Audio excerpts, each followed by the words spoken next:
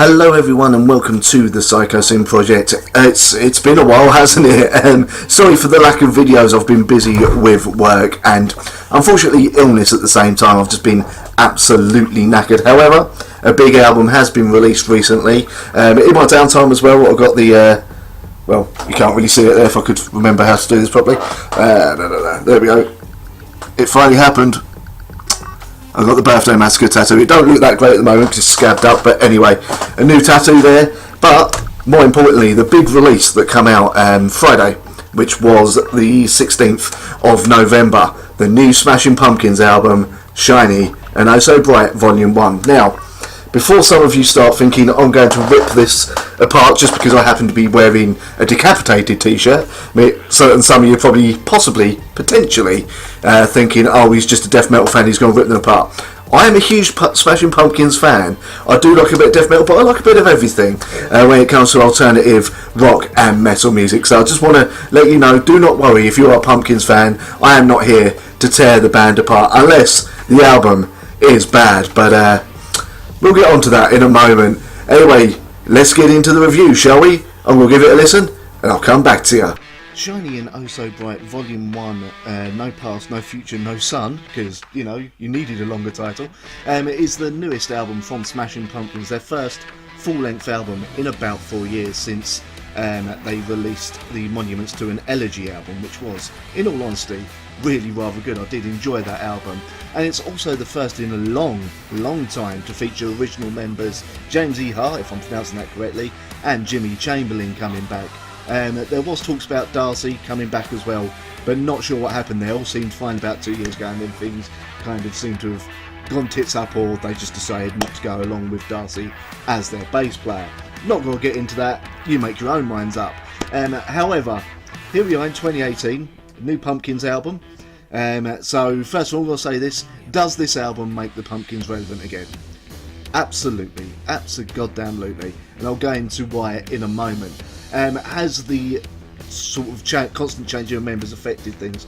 Well, getting the original lineup back has done wonders for the sound of Smashing Pumpkins. Although I like their last few albums, they didn't quite have a good focus, as it were, and there were a fair few albums where it seemed like they were maybe meandering a little bit away from their original sound, as well as not quite keeping that Pumpkins magic and sound in there. In fact, the most Smashing Pumpkins album for a while was, ironically enough, Billy Corgan's solo album, until Monuments to an Elegy and Oceania was released.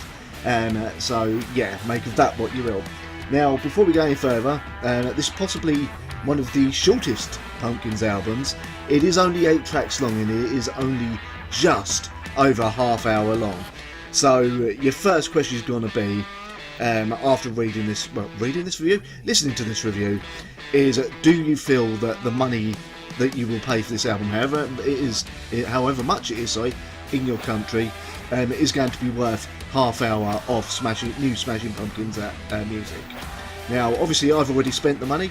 I've bought this, even though they are on Napalm Records, which is a record label who usually send me stuff. I bought this. To be honest with you, I'm a big Pumpkins fan, so take that for what that is. Yep, I went out, bought this, Dave released, just got round to listening to it because I've been busy. The return of the old members has really brought back the Pumpkins magic on this album. I mean, if you had told me last year, if you told me 6 months ago that the newest Smashing Pumpkins album that was coming up was going to be, for me personally, an album of the year candidate, I would have probably been very sceptical of you. It wouldn't be that I would have hated the album, just that I wouldn't have thought it would be that good. But you know what, guys? It's that good. Now, obviously, if you'd never liked Pumpkins before, this album is not going to change your mind. Billy Corgan still has the nasal sort of higher pitched singing voice. That's never going to change. If you wanted something like really heavy, this is Smashing Pumpkins. They're not into doing really heavy stuff. What this album does, however, is bring back elements from Melancholy, which is my favourite Pumpkins album of all time, and elements of Siamese Dream, along with a few elements from the last few releases, and bring them together really well. Does it make it a perfect album though? Well, no, it has to be said. When you get to the halfway point, around the time, well I say halfway point, it's only 8 tracks, but around the time you get to about track 6, Marching On, the last 3 songs maybe sort of kind of drift into background music a little bit. And the last song, Seeking You Shall Destroy, doesn't really bring the album to an epic close. It just kind of ends, and that's the end of your album.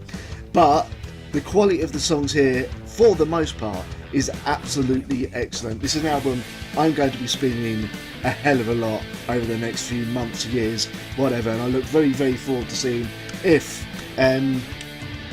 seeing how long Volume 2 of Shining Oh So Bright takes to come out, along with if the music writing can get either improve, helps if I can speak, either improve or get even better, or keep up the same standard they've kept on this album.